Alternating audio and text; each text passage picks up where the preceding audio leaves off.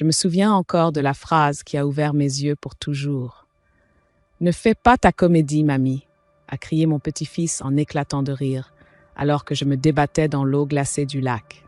J'avais glissé, ou plutôt, j'avais été poussé, et mes bras, trop faibles, battaient l'air sans réussir à briser la surface.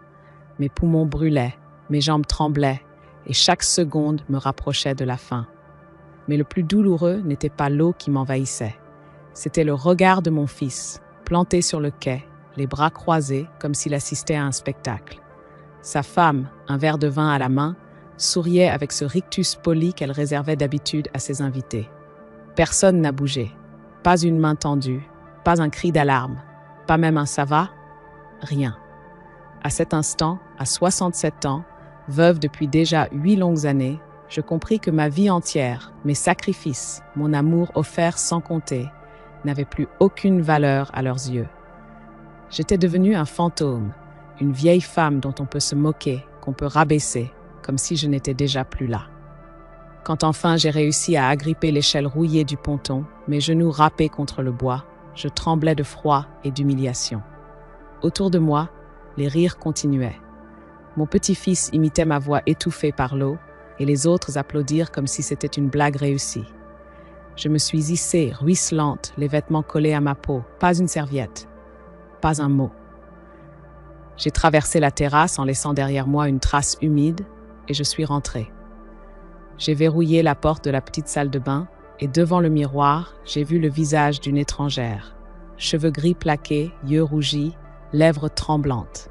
Ce n'était pas moi, pas la femme qui avait élevé seule son fils après la mort de son père, pas la grand-mère qui a veillé des nuits entières au chevet d'un enfant malade, pas la femme qui avait tout donné.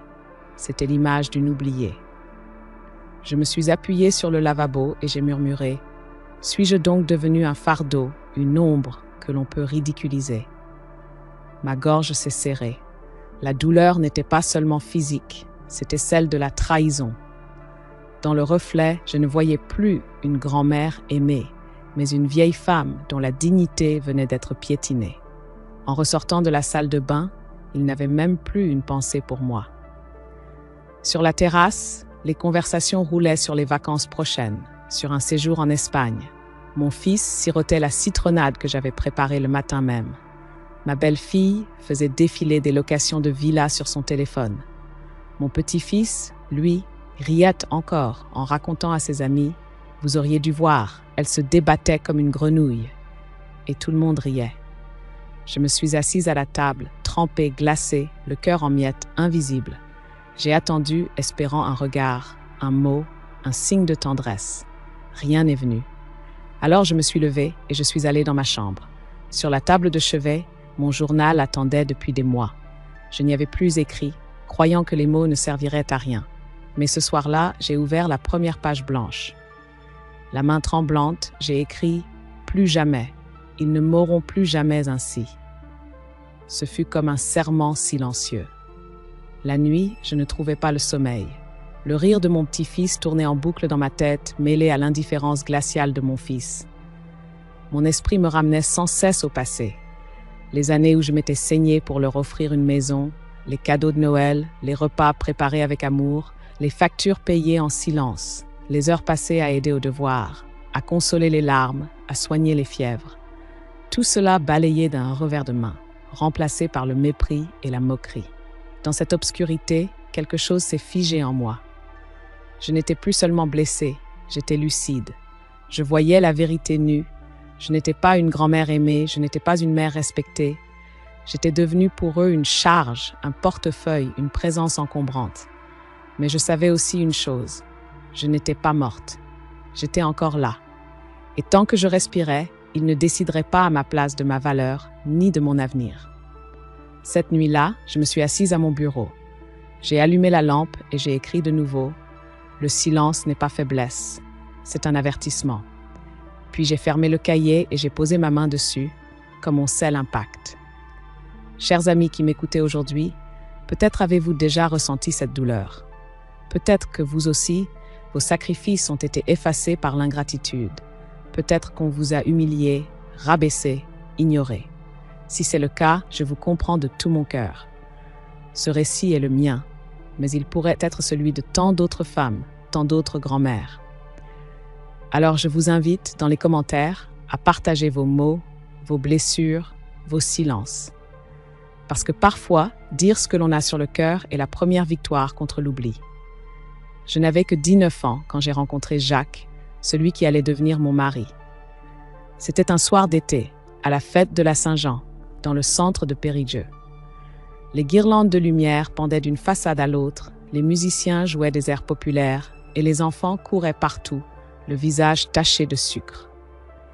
Moi, je n'étais qu'une apprentie couturière, les mains déjà marquées par les aiguilles, mais le cœur léger, avide de danse et de promesses. Jacques, lui, revenait de son service militaire. Il portait encore cette raideur d'homme en uniforme, mais ses yeux riaient, pleins de chaleur. Quand il m'a invité à danser, mes joues se sont empourprées, mais je n'ai pas refusé. Nous avons tournoyé sous les lampions, maladroits d'abord, puis en harmonie. Je me souviens avoir pensé, ce soir-là, voilà un homme qui me regardera toujours comme si j'étais unique. Et c'est ainsi que tout a commencé. Nous nous sommes mariés 2 ans plus tard, avec très peu de moyens. Ma robe, je l'avais cousue moi-même, simple, blanche, ornée de dentelles que j'avais trouvées au marché. Lui portait un costume trop large, emprunté à son frère aîné. Mais nos sourires comblaient tout ce que nous n'avions pas. Nous avons trouvé une petite maison aux abords de la ville, pas bien grande, mais assez pour nous deux. J'ai appris à la rendre chaleureuse. Des rideaux cousus de mes mains, des confitures faites maison, des géraniums à la fenêtre. Jacques travaillait comme mécanicien et moi je prenais des commandes de couture pour arrondir les fins de mois. Chaque franc gagné avait l'odeur de la sueur et de la patience, mais nous étions heureux. Puis vint la naissance de notre fils, Marc. J'avais 24 ans et quand je l'ai tenu dans mes bras pour la première fois, je croyais que le monde entier s'est arrêté pour contempler son visage. Jacques et moi étions émus aux larmes. Notre vie changea du tout au tout. Chaque geste, chaque décision, désormais, était pour lui. Je me souviens des nuits sans sommeil, des berceuses murmurées, des biberons préparés dans la pénombre. Je me souviens de l'odeur douce de sa peau, de ses petites mains qui s'agrippaient à mon doigt comme à une bouée. Les années suivantes furent dures, mais riches de sens. Jacques travaillait parfois jusqu'à l'épuisement, et moi je prenais des travaux supplémentaires, des ourlets, des robes de mariée, des costumes d'écolier. Souvent, il n'y avait pas de vacances, pas de sorties, pas de repos. Mais nous tenions bon, et chaque fois que je voyais mon fils sourire, je savais que nos sacrifices n'étaient pas vains. Je voulais qu'il ait une enfance douce, loin des privations que j'avais connues. Mon père était mort jeune, ma mère avait trimé comme femme de ménage pour nous nourrir, et j'avais juré que mon enfant, lui, ne connaîtrait jamais la faim ni l'angoisse des fins de mois impossibles.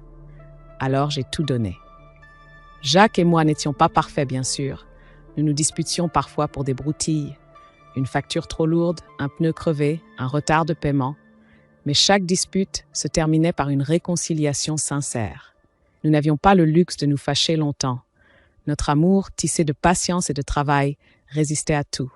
Puis, trop tôt, Jacques est tombé malade, un cancer fulgurant qui l'a emporté en quelques mois. J'avais 59 ans quand je l'ai perdu. Le silence de la maison m'a alors paru insupportable. Chaque coin de mur, chaque objet me rappelait son absence. Mais je me suis raccrochée à une seule certitude. Je devais tenir, pour mon fils et pour mon petit-fils. C'est à ce moment-là que je suis devenue une grand-mère dévouée. Marc, mon fils, était déjà adulte, marié à Linda, une femme que je trouvais ambitieuse, trop soucieuse des apparences. Mais je me suis dit, tant qu'ils sont heureux, je peux supporter ses manières. Quand leur fils, Julien, est né, j'ai senti un nouvel élan me traverser. C'était comme si la vie me donnait une seconde chance d'aimer. J'ai gardé ce petit garçon des journées entières. J'ai changé ses couches, j'ai veillé ses nuits de fièvre, j'ai raconté des histoires avant le coucher. J'étais là pour ses premiers pas, pour ses premiers mots. Quand ses parents étaient trop occupés par leur travail ou leur sortie, c'est chez moi qu'il venait chercher tendresse et sécurité. Je l'aimais d'un amour absolu, presque maternel. Je me souviens de lui, petit, courant pieds nus dans le jardin, une poignée de marguerites froissées dans ses mains qu'il me tendait en disant « C'est pour toi, mamie. Tu es la meilleure. » Ces moments étaient ma récompense, la preuve que tout n'avait pas été vain. Mais avec les années, les choses ont changé. Marc et Linda s'éloignaient de moi, trop occupés par leur carrière, par leurs envies de voyage, par leurs amis. Julien, devenu adolescent, se détachait peu à peu, influencé par leurs regards moqueurs, leurs réflexions perfides. Je sentais les liens se distendre, mais je gardais espoir. Je croyais que, malgré tout, l'amour que j'avais semé continuerait de fleurir. J'avais tort. Les signes étaient là depuis longtemps. Des remarques acerbes, des soupirs exaspérés, des regards qui me faisaient sentir de trop. Mais je me disais toujours, c'est passager, il m'aime, au fond. Et puis est venu ce jour au lac. Ce jour où la vérité m'a frappé avec la brutalité d'une gifle. Mon petit-fils, mon Julien, celui que j'avais bercé, m'a poussé à l'eau pour amuser la galerie. Et les siens ont ri avec lui. En cette seconde, tout mon passé est revenu devant mes yeux. L'amour de ma jeunesse, les sacrifices pour mon fils, la tendresse donnée sans compter à mon petit-fils. Tout cela balayé, piétiné.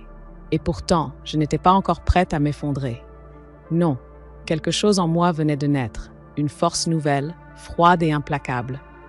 Les premiers signes ne sont jamais spectaculaires. Ils arrivent en silence, presque invisibles, comme des fissures minuscules dans un mur qu'on croit solide. Et moi, je les ai ignorés. Tout a commencé par des remarques, prononcées d'un ton léger, mais qui piquaient comme des aiguilles. « Tu racontes toujours les mêmes histoires, maman », me lançait Marc en levant les yeux au ciel devant ses amis. Je souriais, un peu gênée, en me taisant aussitôt, comme une enfant réprimandée. Linda, elle, préférait les phrases doucereuses mais tranchantes. « Oh, belle maman, tu devrais te reposer. Laisse-nous nous occuper des choses sérieuses. » J'entendais le sous-entendu. Je n'étais plus qu'une vieille femme inutile, bonne tout au plus à préparer un repas ou à garder un enfant. Au début, je n'ai pas voulu y croire. J'ai pensé ils sont fatigués, préoccupés, mais peu à peu, ces petites humiliations sont devenues une habitude. À table, on ne me posait plus de questions. Quand je parlais, on m'écoutait distraitement, les yeux rivés sur un téléphone ou sur une télévision trop bruyante. Je devenais transparente. Je me rappelle une fois, lors d'un repas de famille, j'avais préparé un gratin dauphinois, la recette de ma mère, un plat que Marc adorait enfant. Il en a pris une bouchée puis a dit « C'est lourd, tu devrais apprendre des recettes plus modernes, maman. » Linda a ri doucement. « Oh oui, la cuisine d'aujourd'hui, c'est plus sain, moins gras. » Mon cœur s'est serré, mais je n'ai rien dit. J'ai continué à sourire, à remplir les assiettes. Personne n'a vu que mes mains tremblaient. Puis il y a eu les regards. Julien, mon petit-fils, celui qui autrefois courait vers moi en criant « Mamie », commençait à changer. À l'adolescence, son regard s'est durci. Quand je lui demandais s'il voulait un goûter, il soupirait. « Non, ça va, mamie, t'es trop relou. » Ou alors, il roulait des yeux devant ses amis quand je lui parlais. Je croyais que c'était l'âge, que ça passerait. Mais non. Derrière ce comportement, il y avait les paroles de ses parents, leur mépris qui s'était infiltré en lui comme un poison lent. Un soir, je suis entrée dans le salon pendant qu'ils discutaient. Ils ne m'ont pas vue tout de suite. J'ai entendu Julien dire « Mamie, elle est toujours là, c'est chiant. » Et Linda a répondu en riant « Elle ne sait pas se rendre discrète. » Marc, lui, n'a rien dit. Il s'est contenté de hausser les épaules. J'ai fait semblant d'avoir oublié mes lunettes et je suis ressortie. Dans ma chambre, j'ai fermé la porte et j'ai pleuré en silence. Peu à peu, les gestes de rejet se sont multipliés. Quand je proposais mon aide, Linda répondait « Non merci, tu vas te fatiguer pour rien. » Quand je voulais raconter un souvenir, Marc disait « Pas maintenant, maman, on parle d'autre chose. » Même mon anniversaire passait inaperçu.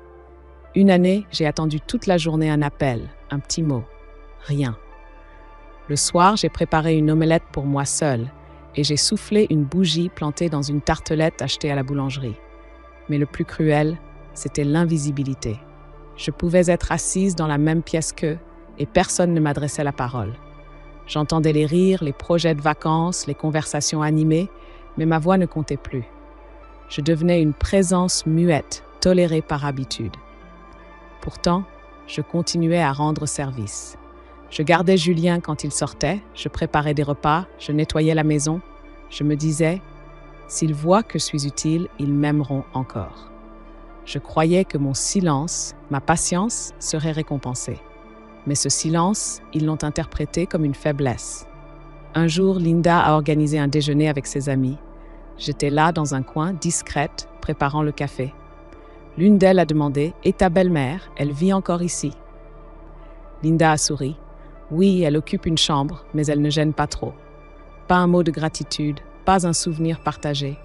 Juste cette phrase, comme si je n'étais qu'un meuble un peu encombrant. J'ai serré la cafetière entre mes mains pour ne pas trembler. J'aurais voulu crier « J'ai élevé votre mari, j'ai aimé votre fils, j'ai donné ma vie entière pour cette famille. » Mais les mots sont restés coincés, comme toujours. Et c'est ainsi que les petites humiliations, les silences, les regards moqueurs ont creusé un gouffre entre eux et moi. Un gouffre que je me refusais à voir, jusqu'au jour où mon petit-fils m'a poussé dans ce lac. Ce jour-là, le gouffre s'est ouvert d'un coup, immense, sans retour. La goutte d'eau, celle qui fait déborder même les silences les plus patients, je m'en souviens comme si c'était hier. Ce n'était plus une remarque perfide, ni un rire moqueur. C'était une véritable trahison, une injustice qui ne laissait aucune place au doute. Un matin d'automne, je suis descendue plus tôt que d'habitude dans la cuisine. La maison est encore plongée dans la pénombre, mais j'ai entendu des voix basses. Marc et Linda parlaient dans la salle à manger, croyant que je dormais. J'ai tendu l'oreille. Avec ce qu'elle a de côté, on pourrait enfin respirer, disait Linda, la voix basse mais ferme. Marc soupira. Oui, mais tu sais comment elle est. Elle veut tout contrôler. Contrôler ? Répliqua Linda en riant doucement.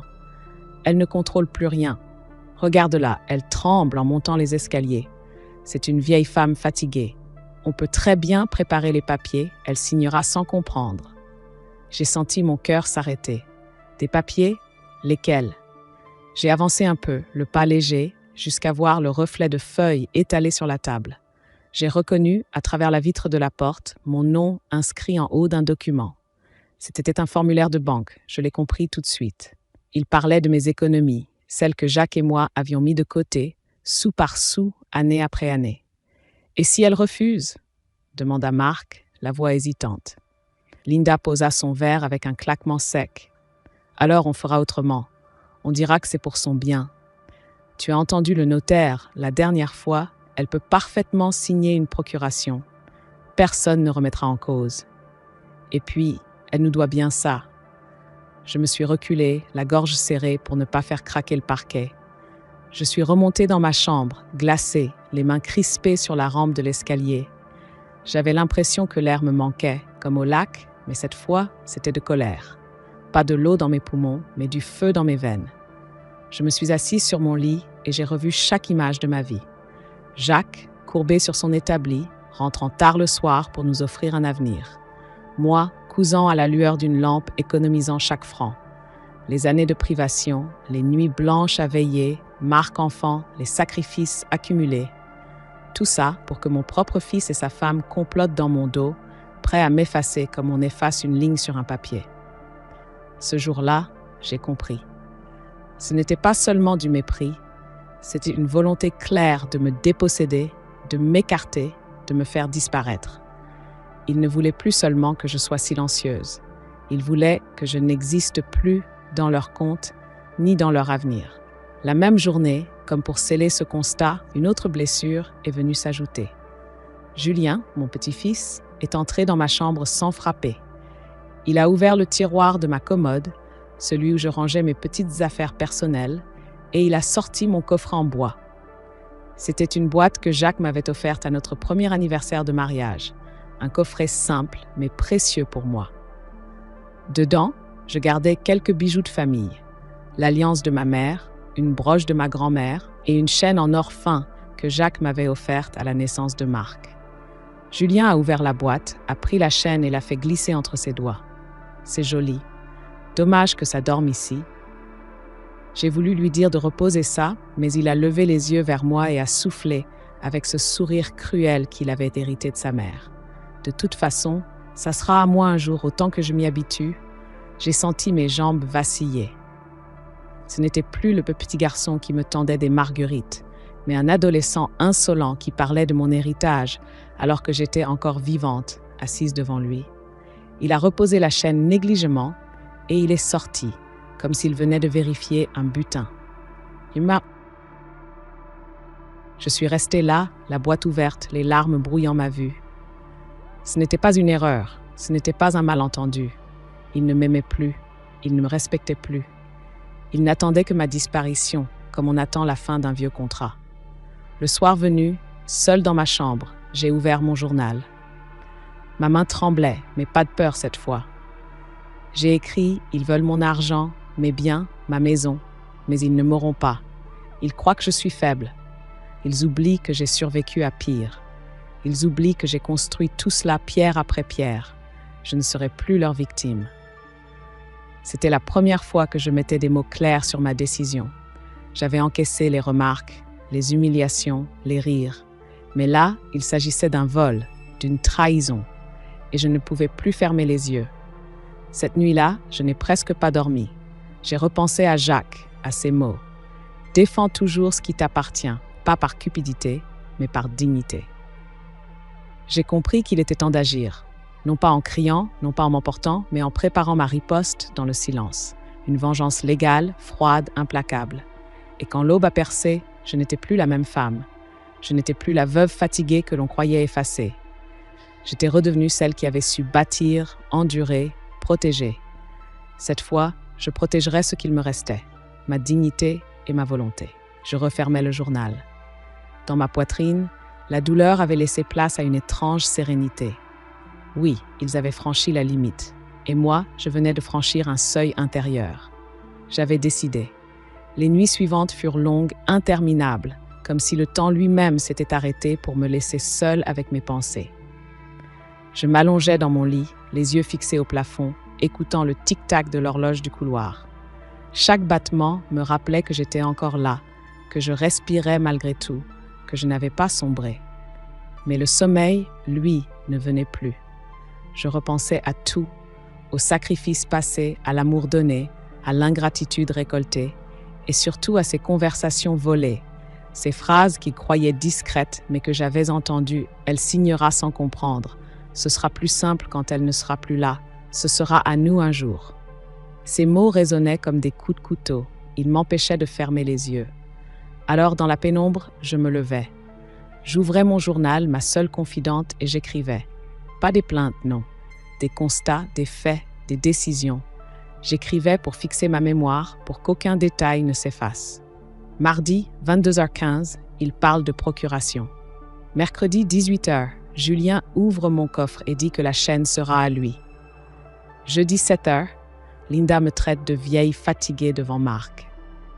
Chaque ligne devenait une preuve silencieuse, un fragment de ma lucidité retrouvée. Dans ces heures sombres, je parlais aussi à Jacques. Je fermais les yeux et j'entendais encore sa voix grave, douce mais ferme. « Ne te laisse pas écraser, ma vieille. Rappelle-toi qui tu es. » Alors, je lui promettais à voix basse. « Tu verras, mon amour, ils ne gagneront pas. Pas de cette manière. » Mais la vérité, c'est qu'à certains moments, je doutais. Il m'arrivait de m'asseoir sur le bord du lit, les mains crispées sur mes genoux, et de me demander « Est-ce que ça vaut la peine? Est-ce que je ne devrais pas simplement tout abandonner, fermer les yeux, me laisser glisser dans l'oubli ?» La tentation était grande, la fatigue immense. À 67 ans, après une vie entière de travail et de dévouement, j'aurais eu le droit de me reposer, de renoncer. Mais au fond de moi, une petite voix s'élevait insistante, têtue. « Non, résiste, ne leur donne pas cette victoire. » Alors je me suis mise à chercher, discrètement, sans éveiller le moindre soupçon. La journée, j'étais la même qu'avant, docile, silencieuse, obéissante presque. Mais dès que je me retrouvais seule, je fouillais, je notais, je préparais. Je me suis d'abord plongée dans mes papiers. Dans le grenier, j'ai retrouvé une vieille malle pleine de dossiers. Contrats de banque, factures, relevés d'épargne, l'acte de propriété de la maison. J'ai tout sorti, dépoussiéré, relu chaque ligne avec une attention nouvelle. Je voulais comprendre où j'en étais, ce qui m'appartenait encore réellement, ce qu'il convoitait, ce qu'il pourrait manipuler. Et je découvrais, avec un certain soulagement, que beaucoup de choses étaient encore sous mon seul nom. Il ne pouvait pas agir sans moi. Ensuite, je me suis mise à me renseigner. J'ai commencé par des lectures simples sur Internet, dans des articles destinés aux personnes âgées. Comment protéger ses biens? Quels sont vos droits face à votre famille? Procuration et succession en France. Chaque mot devenait une arme potentielle. Je notais des termes, des noms de procédures, des adresses de services publics. Puis, j'ai franchi un pas de plus. Un après-midi, prétextant une course en ville, je me suis rendue à la Maison de la Justice et du Droit de Périgueux. Là, un juriste recevait gratuitement les personnes qui avaient besoin de conseils. Je me suis assise devant lui, les mains posées bien à plat sur la table pour cacher qu'elles tremblaient. Je n'ai pas tout raconté. Je n'avais pas encore cette force-là, mais j'ai parlé de mes inquiétudes. Et si ma famille me poussait à signer quelque chose contre mon gré? Et si l'on tentait de me déclarer incapable de gérer mes affaires? L'homme m'a écouté attentivement, puis il a souri doucement. « Madame, vous avez tous vos droits et vous avez surtout votre tête.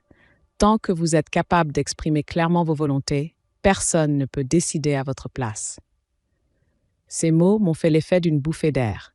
Oui, j'étais encore maîtresse de moi-même. Oui, j'avais le droit, et même le devoir, de me protéger. Le soir, de retour à la maison, j'ai noté dans mon journal « J'ai vu un juriste. Je ne suis pas folle. Je ne suis pas faible. Je peux agir. » Et cette phrase, relue plusieurs fois avant de dormir, m'a donné la force de fermer enfin les yeux. Les jours suivants, j'ai continué à préparer en silence. Je surveillais davantage leurs paroles, leurs gestes. Je faisais semblant de ne rien comprendre, de sourire gentiment, mais à l'intérieur de moi, je notais chaque détail. Quand Linda parlait de placement en maison de retraite, je griffonnais dans mon cahier. Elle insiste. Quand Marc acceptait sans protester ses moqueries à mon égard, j'écrivais « Il ne me défend plus ». Et plus j'accumulais ces preuves, plus ma résolution se renforçait. Je n'allais pas m'emporter. Je n'allais pas leur hurler au visage ma douleur. Non.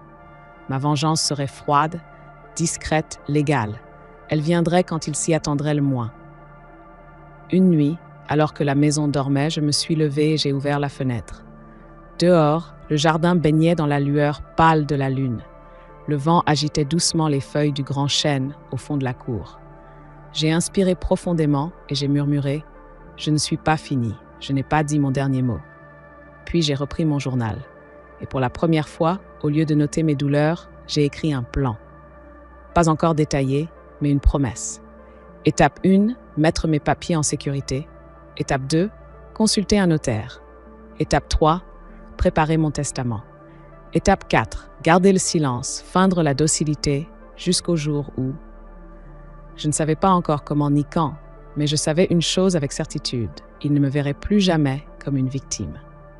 Le lendemain de cette décision, je me suis réveillée différente. Le corps encore lourd de fatigue, mais l'esprit clair, comme si un rideau s'était enfin levé. J'avais désormais un but. Et ce but, c'était ma survie, ma dignité, ma justice. Je suis partie tôt ce matin-là, sous prétexte d'aller au marché. Marc m'a à peine regardé, Linda a hoché la tête en continuant son café, et Julien, enfermé dans sa chambre, ne s'est même pas donné la peine de me dire bonjour. Cela m'arrangeait. Leur indifférence devenait ma liberté. Au lieu du marché, mes pas m'ont mené jusqu'au bureau d'un notaire, Maître Dubois, installé dans une vieille bâtisse de pierre au centre de Périgueux.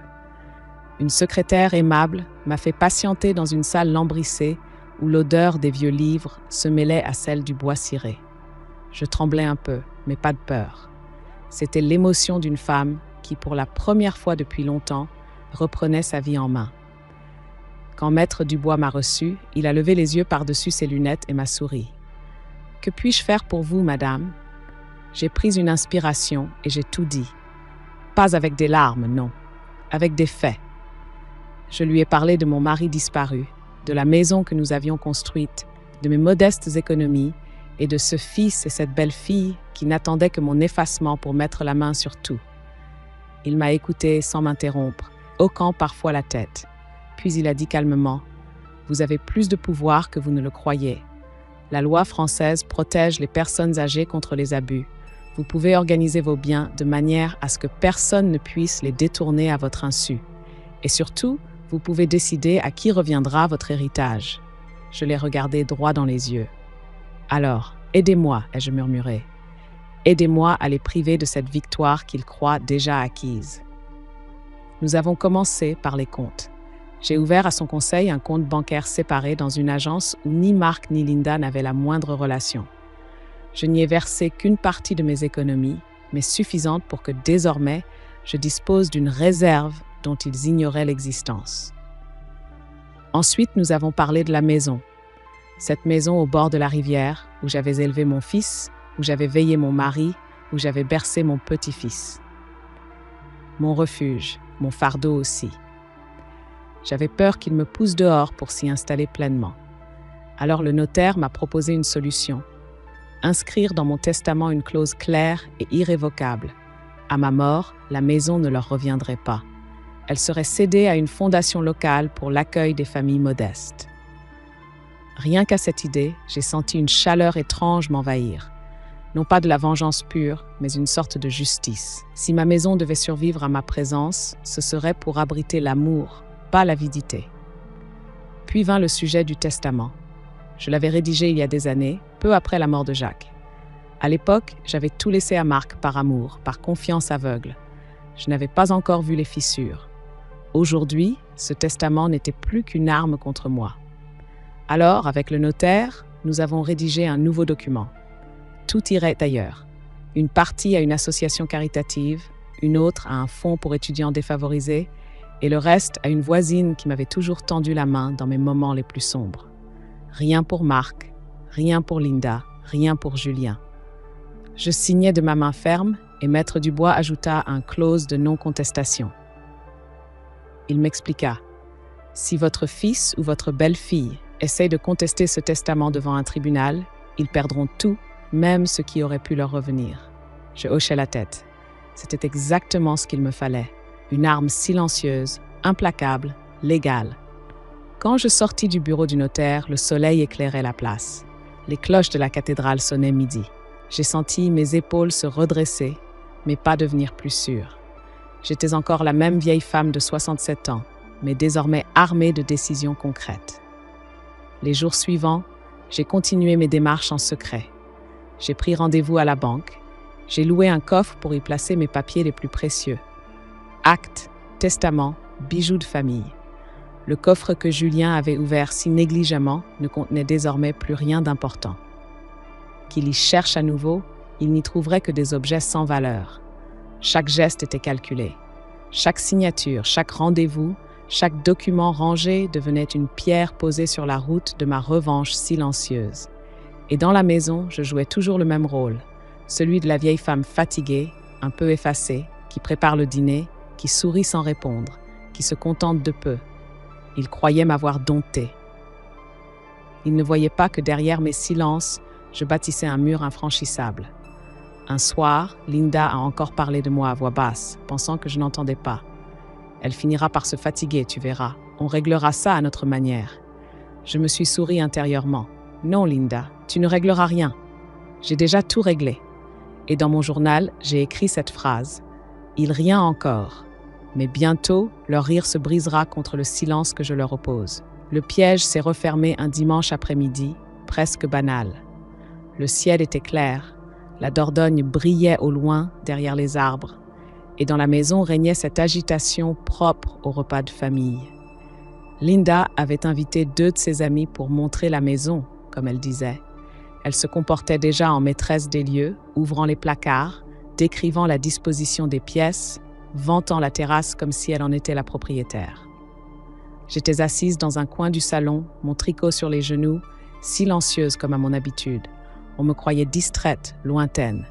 Mais mes yeux et mes oreilles, eux, ne perdaient rien.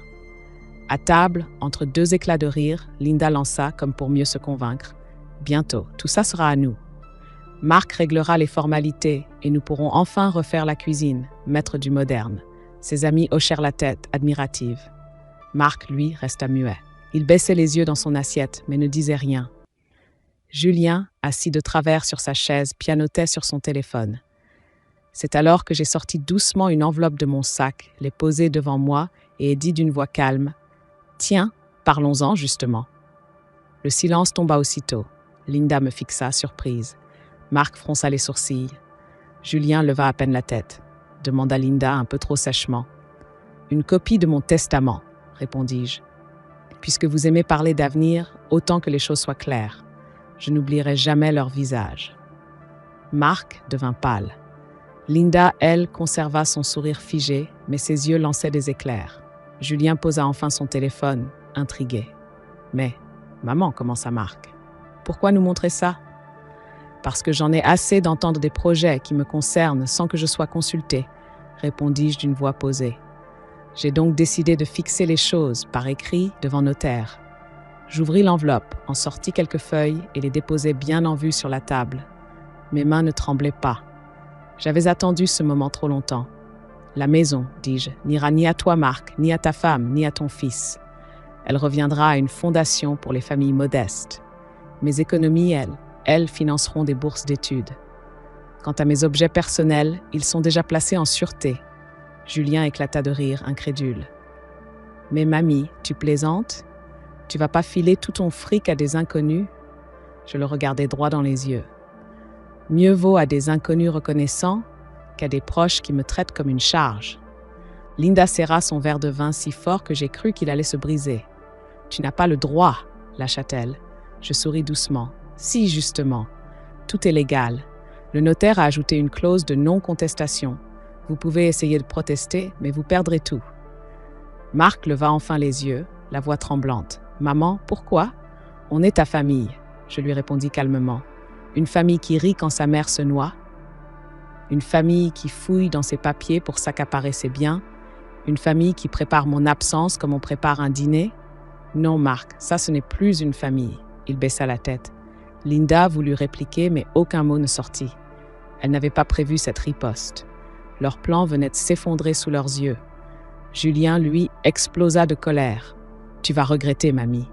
Tu crois que t'es maligne, mais un jour. »« Non, » l'interrompis-je d'une voix ferme. « Je n'ai plus rien à regretter. Toi, en revanche, tu auras toute ta vie pour réfléchir à ce que tu as fait ce jour-là au lac. » Un silence lourd envahit la pièce. Les amis de Linda, mal à l'aise, se levèrent prétextant un départ précipité. La maison, quelques minutes plus tôt pleine de rire, résonnait désormais d'une tension glaciale. Je me levai lentement, rangeai les papiers dans l'enveloppe et ajoutai en quittant la pièce. Le temps où j'étais invisible est révolu. Ce soir-là, personne ne vint frapper à ma porte. Ils restèrent entre eux, à chuchoter dans le salon. Moi, dans ma chambre, j'ouvris mon journal et écrivis « Aujourd'hui, le piège s'est refermé. Ils savent désormais que leur avidité n'aura aucune récompense. » J'ai repris ma voix et avec elle, ma liberté.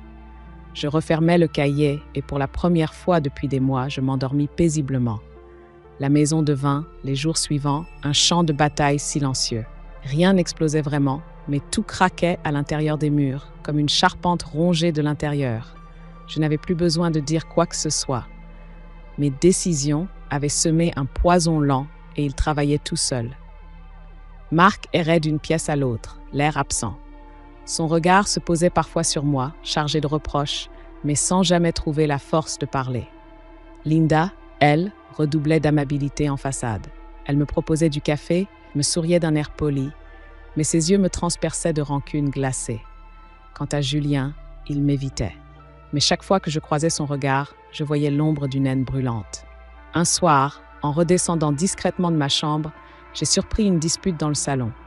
Linda, debout, le visage rouge, brandissait un papier. « Tu n'as rien vu venir, Marc. Rien. Ta mère t'a roulé dans la farine. Et toi, tu n'as même pas levé le petit doigt. Qu'est-ce que tu voulais que je fasse ?» hurla-t-il en retour. « C'est sa maison, son argent. Tu veux que je la frappe pour qu'elle signe. Tu aurais dû être plus ferme. Tu aurais dû la convaincre plus tôt. Maintenant, on n'a plus rien. » J'étais là dans l'ombre du couloir, le cœur battant. J'entendais mon fils se défendre faiblement. « C'est quand même ma mère, » Linda ricana. « Ta mère ? Une mère qui te déshérite, ce n'est plus une mère. » Ces mots me transpercèrent, mais je ne bougeais pas. J'ai simplement noté la phrase dans ma mémoire comme un témoin invisible. Les jours passèrent et la fracture s'élargit. Linda multipliait les reproches, accusant Marc d'être faible, de n'avoir jamais su s'imposer. Julien, lui, se déchaînait contre son père. « T'es qu'un lâche, papa! T'as laissé mamie nous voler !» Je les entendais se déchirer et moi je restais silencieuse comme une pierre posée au milieu de la tempête. Je n'avais plus besoin de dire un mot, mes choix faisaient le travail. Un dimanche, Linda invita malgré tout quelques voisins pour sauver les apparences. Mais la façade craqua vite. L'un des convives, un ami d'enfance de Marc, se risqua à demander « Alors la maison, ça se passe comment avec ta mère ?» Linda, d'habitude si habile à dissimuler, perdit son sourire. Elle répondit sèchement « Ça se passe mal. Elle préfère donner son bien à des étrangers qu'à son propre fils. » Marc baissa la tête, honteux. Le silence qui suivit fut pesant. Les voisins comprirent, et moi, depuis la cuisine, j'entendis la vérité éclater au grand jour, sans que j'aie besoin d'ouvrir la bouche. Peu à peu, les masques tombèrent. Linda se mit à sortir de plus en plus, fuyant la maison qu'elle n'arrivait plus à contrôler. Julien passait ses journées enfermé dans sa chambre, la musique hurlant, claquant les portes pour exister. Marc s'enfonçait dans une sorte d'apathie, s'asseyant des heures entières devant la télévision sans vraiment regarder. La maison se transformait en ruine vivante, non pas par les murs, mais par les cœurs. Et puis, il y eut ce soir-là. J'étais assise dans le salon, tricotant calmement. Marc entra, ivre, ce qui ne lui arrivait jamais avant. Il se laissa tomber dans le fauteuil et me fixa longuement. Ses yeux étaient humides. « Pourquoi, maman? Pourquoi tu m'as fait ça ?» Je posais mon tricot et le regardais. « Je n'ai rien fait contre toi, Marc. Je me suis seulement protégée. Et j'ai protégé ce que j'ai construit. Mais j'avais besoin de toi. Tu sais bien que je n'ai jamais réussi sans toi. » Il parlait comme un enfant, pas comme un homme. J'ai senti une pointe de compassion, mais je n'ai pas cédé. Tu avais besoin de moi, oui, mais tu n'as jamais su me respecter. Voilà la vérité. Il éclata en sanglots, la tête dans ses mains. Je le laissais pleurer. Pas pour le consoler, non. Pour qu'il entende enfin ses propres larmes. Linda entra alors, furieuse de le voir dans cet état. « Tu vois ce que tu fais, vieille égoïste? Tu détruis ton fils. » Je la regardais droit dans les yeux. « Non, Linda, c'est toi qui l'as détruit, à force de lui apprendre la cupidité et le mépris. Moi, je ne fais que montrer ce qu'il est devenu. » Elle pâlit, incapable de répondre. Pour la première fois, c'était elle qui baissait les yeux. Cette nuit-là, j'ai entendu leurs voix s'élever dans leur chambre. Ils s'accusaient mutuellement. Linda reprochait à Marc sa faiblesse, Marc lui reprochait son arrogance. Julien, de son côté, claquait la porte en criant qu'il en avait assez, cette maison pourrie. Je suis restée dans ma chambre, le cœur lourd mais serein. Ils se déchiraient entre eux, comme des chiens autour d'un os qu'ils ne pourraient jamais avoir. Moi, j'étais déjà ailleurs, dans un autre état d'esprit, presque étrangère à leur chaos. Quelques jours plus tard, la fissure devint fracture. Linda fit ses valises et partit quelques jours chez une amie. Julien disparut plusieurs soirs de suite, traînant avec des camarades douteux. Marc, seul, errait comme une ombre, et moi je restais droite, immobile, observant la chute de cette famille que j'avais bâtie à la sueur de mon front. Ce n'était pas moi qui détruisais, c'était eux, leurs mensonges, leur avidité, leurs humiliations. Je notais dans mon journal, je n'ai pas eu besoin de lever la voix, mon silence a suffi. Ils se détruisent tout seuls sous mes yeux, et moi je m'éloigne déjà. Je suis partie un matin d'hiver, sans fracas, sans adieux théâtraux. J'avais préparé ma valise en silence, replié quelques vêtements, mes papiers soigneusement rangés, et surtout mon journal, compagnon de mes nuits blanches. Je n'ai rien emporté de la maison qui pouvait encore leur faire croire qu'ils me possédaient. Tout ce qui comptait était déjà en sécurité ailleurs. Je me suis arrêtée une dernière fois sur le seuil. La maison semblait vide malgré leur présence. J'ai entendu Julien claquer une porte à l'étage, Linda parlait fort au téléphone dans la cuisine, Marc soupirait dans le salon. J'ai fermé les yeux et j'ai compris. Je n'étais plus de leur monde. J'ai posé mes clés sur la table de l'entrée et j'ai tourné le dos à ce passé empoisonné. Le train m'a mené jusqu'à la côte atlantique, là où l'air a l'odeur de sel et de liberté. J'avais trouvé, grâce à l'aide du notaire, un petit appartement à Arcachon. Rien de grandiose. 2 pièces claires, une terrasse donnant sur la mer. mais pour moi, c'était un palais. Quand j'ai ouvert les volets pour la première fois, le vent s'est engouffré, chargé de cris de mouettes et du bruit des vagues. J'ai respiré profondément. L'air avait un goût de renaissance. Les premiers jours, j'ai redécouvert la lenteur. Je marchais le long de la plage chaque matin, mes pas laissant une trace légère dans le sable. Personne ne m'y connaissait. Personne ne m'appelait vieille, fatiguée, inutile. J'étais simplement une femme parmi les autres, avec son manteau, son écharpe, son sac, invisible, mais d'une invisibilité douce, choisie. Au marché couvert, les commerçants m'ont vite reconnu. Le poissonnier me réservait un filet de sole en me souriant. La marchande de légumes m'offrait une poignée de persil pour la soupe. Ces gestes simples me rappelaient que la bienveillance existe encore, loin des regards calculateurs de ma belle-fille. Un jour, en revenant de mes courses, j'ai croisé ma voisine de palier, une veuve elle aussi, prénommée Hélène. Ses yeux pétillaient malgré ses rides profondes. Nous avons échangé quelques mots dans l'escalier, puis, très vite, des cafés sur nos terrasses. Elle me parla de ses roses trémières, de ses petits-enfants qui vivaient loin, mais qui l'appelaient chaque dimanche. Elle avait cette bonté naturelle que j'avais presque oubliée. Avec elle, je ne me sentais pas jugée. J'ai aussi découvert une petite association locale, les Mains Ouvertes, qui organisait des ateliers de couture et de cuisine pour les familles en difficulté. La première fois que j'y suis entrée, j'ai senti mon cœur battre différemment. Là, des enfants riaient en malaxant de la pâte, des femmes échangeaient des recettes et les bénévoles s'activaient avec enthousiasme. On m'a proposé d'animer un atelier couture. J'ai accepté, timidement. Et le jour venu, quand j'ai montré à des jeunes filles comment ourler une jupe ou recoudre un bouton, j'ai retrouvé un morceau de moi-même. Mes mains, longtemps ridiculisées, servaient encore à quelque chose. Peu à peu, je me suis réappris à vivre. Les après-midi, je lisais au soleil. Le soir, je regardais la mer se teinter d'or et de rose, seule mais apaisée. Chaque vague semblait emporter un peu de la douleur accumulée. Et parfois, bien sûr, le passé revenait. La voix de mon fils, ses yeux baissés, l'arrogance glacée de Linda, le rire cruel de Julien. Mais au lieu de me briser, ces souvenirs renforçaient ma conviction. J'avais choisi la dignité. J'avais choisi la liberté. Un soir, Hélène m'a demandé « Et votre famille, ils viennent vous voir ?» J'ai souri tristement. « Non, ils ne viendront pas. » Elle a hoché la tête. « Parfois, il vaut mieux être seul que mal accompagné. » Ces mots m'ont réchauffé. Oui, je n'étais plus seule en réalité. J'avais trouvé d'autres présences discrètes mais sincères. Des voisins qui m'appelaient madame avec respect, des enfants qui riaient autour d'une machine à coudre, une mère immense qui ne jugeait pas. Un matin, en rentrant d'une promenade, j'ai trouvé une lettre dans ma boîte. L'écriture hésitante de Marc. Je l'ai ouverte avec des mains tremblantes. Quelques phrases seulement. « Maman, je ne sais pas comment réparer. Je voulais juste te dire que tu me manques. » Je suis restée longtemps assise à ma table, la lettre devant moi.